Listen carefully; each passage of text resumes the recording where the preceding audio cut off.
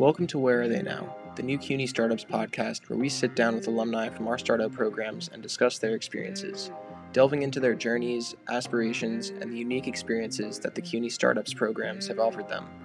Not just to recount success stories, but also to unravel the challenges, the lessons learned, and the moments that define their entrepreneurial path. Thank you for joining me, Atsouco. So how you been?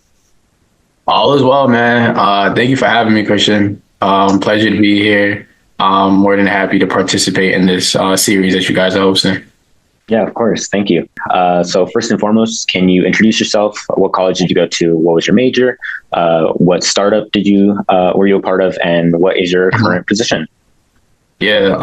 So at Atsouco, St. Louis, you know, Tsuco is really what I go by. I was just telling you earlier on, no one really calls me by Atsouco other than like my parents. So I attended John Jay College of Criminal Justice. I majored in public administration, and the startup that I had the opportunity to join, we had called it ApplyHub. ApplyHub was an AI this was like way before AI became like as popular as it is now. But it was really an opportunity for job seekers to make that job application process way easier. Me and Sheik, which was our CEO, and I sat as far as chief operation officer on the team. We both were really on the tail end of our college career. So this was like 2020 diving into like 2021. So we both were like seniors. And, you know, we both were putting in a whole lot of applications. And we noticed that there was a tremendous issue with just the process in general. Understanding the amount of technology that was coming, that's really the reason why we decided to start the company. And that's really the reason why I was interested on it. In my current position, I serve as the small business associate at Baltimore Community Lending. So how did your time at John Jay shape your career path, and what connections did you find between your education and your current work at Baltimore Community Lending? John Jay College of Criminal Justice. Shout out to anyone who went there or currently is attending there. It was an amazing experience. I originally went to John Jay because I actually wanted to become a prison psychologist and forensic science at John Jay. And I don't know if anyone knows this, but John Jay is like the number one, in my opinion, the number one criminal justice school, or rated at least top 5 every year. So that's really why I attended there. My role into like this whole business ecosystem, or just entrepreneurship in general started, I guess it was twofold. For one, I had to realize around the time, like my junior year, that that's not the type of change that I wanted to really partake in as far as becoming a prison psychologist. I saw, based off the things I was learning and the experiences that I was having, that economics is really the driving force to the changes that I wanted to see. So I had a fellowship. I believe the fellowship is still going on, and I would really suggest anyone who's watching this to take a look at it. It's called the Ron Moelis Social Innovation / Entrepreneurship Fellowship. And that really like changed like who I am, what I think, and really introduced me to finance and business from an academic standpoint. So when I was introduced to the fellowship, Dr.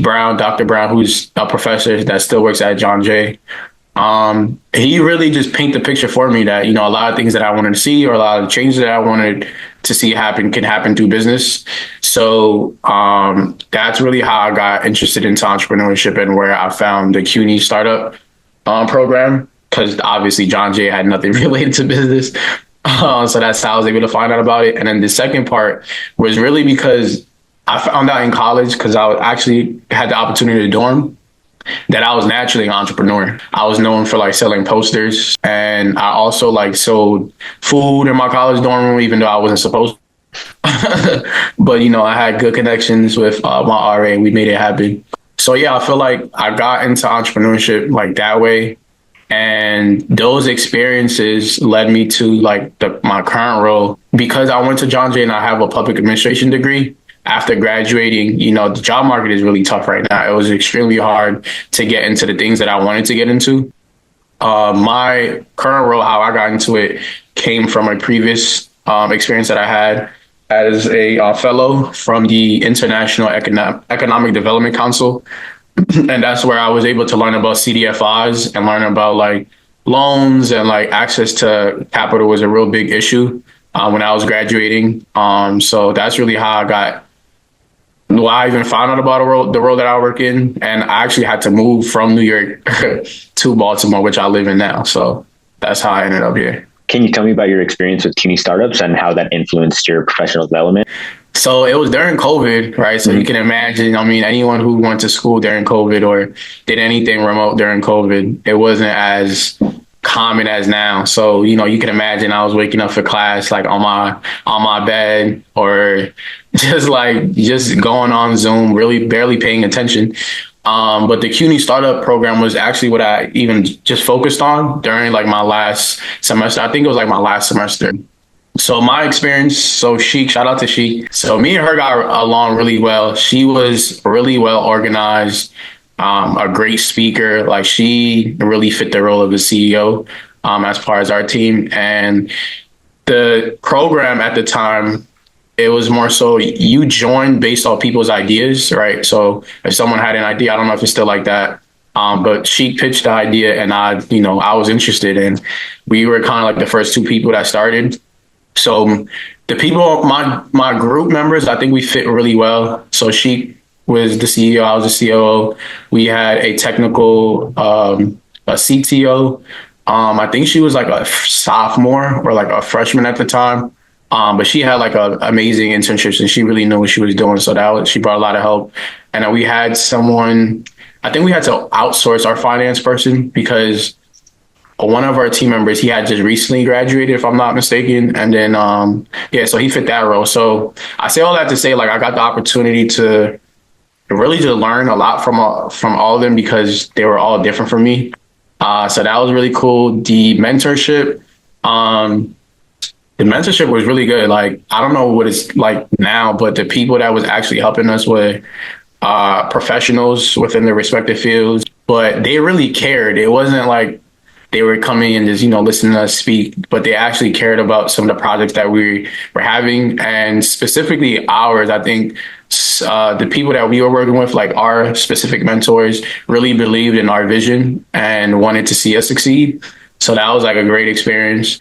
I learned like everything there is to know about a startup, really, from like every phase, from figuring things out with your partner to putting financial projections, coming up with marketing plans, coming up with product fit. We had all types of difficulties, like just as a joke. I think she would be able to laugh at it now, but we got scammed from somebody from Fiverr towards like the last presentation day. So if I got offer any advices, make sure you do your due diligence on anyone you're outsourcing. So like it was an opportunity to really experience everything from the startup level. So great experience in that. Even after the program, like I said, my team members are like really close. So we even met like afterwards. We got to like have brunch. Now I remember, Jason was his name. He worked as our finance person. It shaped my understanding of what it takes to run a startup. And I think it definitely inspired to like where I work at now, which you'll probably ask that later on, but I work hands-on with entrepreneurs every day as far as financing is concerned. So do you think learning about entrepreneurship and what it takes to build a startup helps you basically talk to new entrepreneurs who are just starting out and are looking for a path in terms of their financials? So to answer that, I think what makes me good at my current job and like what I do and why it seems like it's not really a job is because like I said, naturally, I am an entrepreneur. I've started various side hustles. I've had a company with like 9 other people before that I've started. I've started another business. So I would say that experience, and even like my experience as a CUNY startup participant, that experience like is really what helps me. And what I mean by that is working in finance, it's within like the first 10 minutes of having a conversation with someone, I could tell off bet if you're an entrepreneur or not, or like if this is a hobby, if this is a side hustle, or if this is actually an actual business.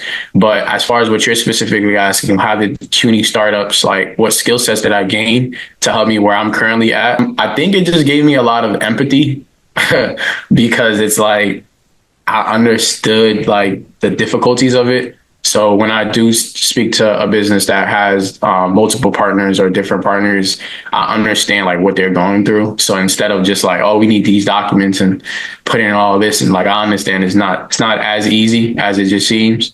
So I would say empathy is really what I gained from the program. Would you say that you learned a lot of life skills? Because you work with like it's hands on with people, and even though it was during COVID, I think we all really wanted to see what it was like in person. I think at that time in my life, it's been like good 4 years or like what 3 years, yeah. So it's been a little while, but yeah, it'd been amazing to like see everyone day to day. I think that's an amazing experience because no matter where you work at, you're going to have to learn how to deal with people. And even though I feel like I have great social skills, I think what I learned as far as my experience is like how to fill in for people. Like your team members or my team members, we all had other responsibilities other than this program.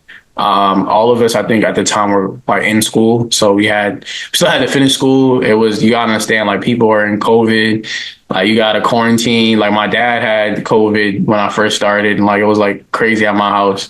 So understanding that your partners are like, they want to do the work, but they may fall short and having to pick up for them.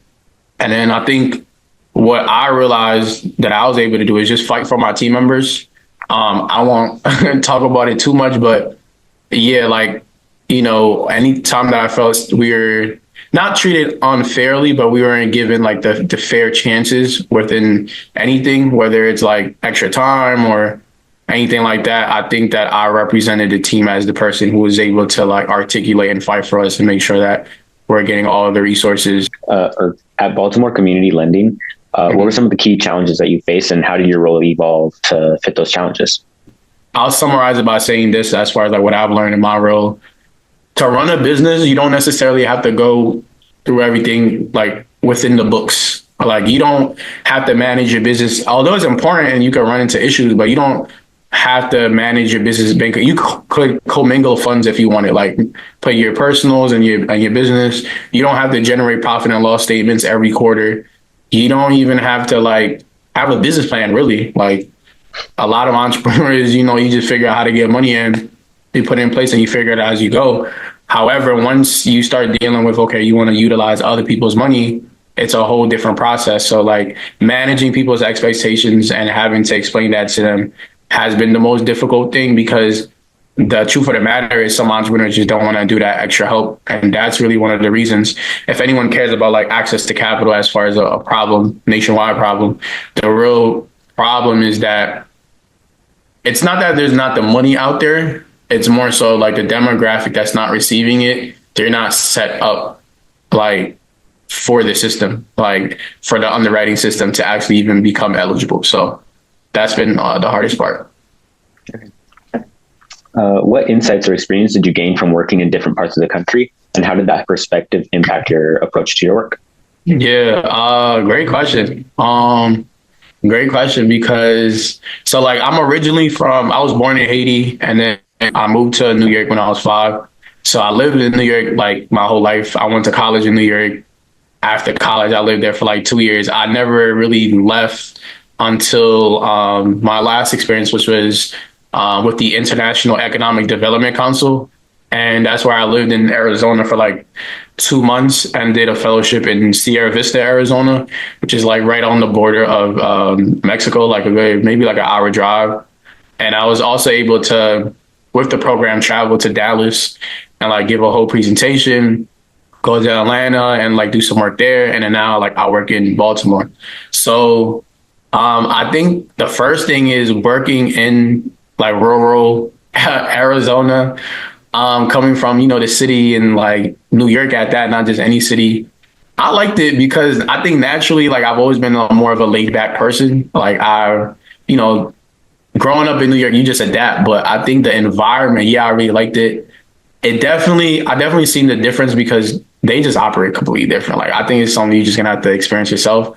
But as far as working, my biggest takeaway is that a lot of the problems in America are being solved. Like, and I guess, yeah, so a lot of problems in America are being solved. For example, like broadband, right? In Arizona, broadband is just like connection to the internet.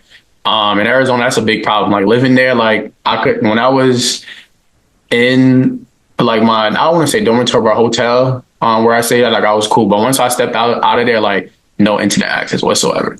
And that's a huge issue, but Arizona is quickly fixing that. So I say all that to say that like issue like broadband is being solved, right? And now that I live in Baltimore, Baltimore also has like a broadband issue. So what I learned from my studies as majoring in public administration and working in entrepreneurship is just how America is structured. So, and this is just like my personal, these are not facts, but this is like my personal sentiment. Based on how our economy is structured, by design, there has to be a percentage of folks who don't necessarily receive or don't necessarily prosper. It's just how our economy is structured. Like, if you do your research, you'll understand why. But like working in Baltimore, there's a lot of mediating factors to problems that are solved. Like, for example, I live downtown in Baltimore, and you'll be surprised that I live in a food desert, like in 2024. Like, luckily for me, the grocery store, I live right next to it. So like, I don't got that problem. But yeah, Baltimore still has a food desert. And, you know, if you're from New York or you're not from the area, you're like, how y'all have food deserts? Like, you can't just start a grocery store. And yeah, so what I've learned is that there's certain places located in the world that certain problems will just never be solved, or they're just going to be mediated where there's not that much uprising. And I noticed it by actually living there. Like, when I went to Arizona, they had a broadband problem. And the project that I worked on, it wasn't to solve broadband, but it was to bring like a tech hub over there. And, you know, I was able to get them some grant funding over there. And that's like my whole project was about. But by the time I moved to Baltimore, that problem is being solved. Like, you know what I mean, rapidly, where they're using money from the bill that just came out. But yeah, all I'm saying, not to say that problem is being solved. So if it's located in an area where the government wants it to be solved, it's going to get solved. But if it's not, there's nothing you can really do about it. They're just going to mediate it. So that's really what I learned. So where do you see the intersection between your major in school, which is public administration, and entrepreneurship today? What do you think brings these two things together? Yeah, that's a great question, because me and my friends talk about that all the time. Like, you can't really teach entrepreneurship. Like, and I think the CUNY Startups program is probably as close as to teaching you can actually get, because you're actually forcing the person or the cohort to do something and to actually do business while your hand is being held. Like, a lot of things, marketing, finance. I was in a criminal justice school, so I had no idea what these things were, but I was being taught them. So I think first and foremost that to be an entrepreneur, you got to do it. It's not something that you can learn from school. But to answer your question, I wouldn't say career goal, is more so like I guess career goal, like life mission, intersecting those two. And this is something that I'm looking to do some research on in the near future. So those two things, right? Public administration and entrepreneurship. My theory is that they need to go hand in hand. And the best way that it can go hand in hand is through private investment, interested in working with family offices. So wealthy people with some type of influence. And I guess the scenario that I can give to really paint the picture on how those two things are parallel. So let's say Christian here, you graduate school, you learn what you learn, and you become a millionaire, right? You became a millionaire in healthcare, right? And you go back to, where's your campus located again? It's Manhattan, right? Mm-hmm. Yeah. So you go back to Manhattan after making your millions, and let's say now your brand, right? People know you as a millionaire. People know you for healthcare. So let's say in Manhattan, I don't know, there is a small hospital being built, right, that services some community group or some demographic that the municipality of Manhattan wants to support, right? So you would invest into it, like you would co-invest with them, or it would be like a strategic partnership because of your brand and what you represent to the city, right? People know Christian like I, the millionaire in healthcare. So you would invest there to support the small hospital being built. And it may or may not impact your business for whatever you got rich for. Maybe it's like a product right now, it could be used in that center. But what you gain is, from your personal standpoint, is political clout, because now you're not just the millionaire here paying taxes to them. You're the millionaire here that's actually investing to thrive. But you're only doing that because it's also helping you and your brand.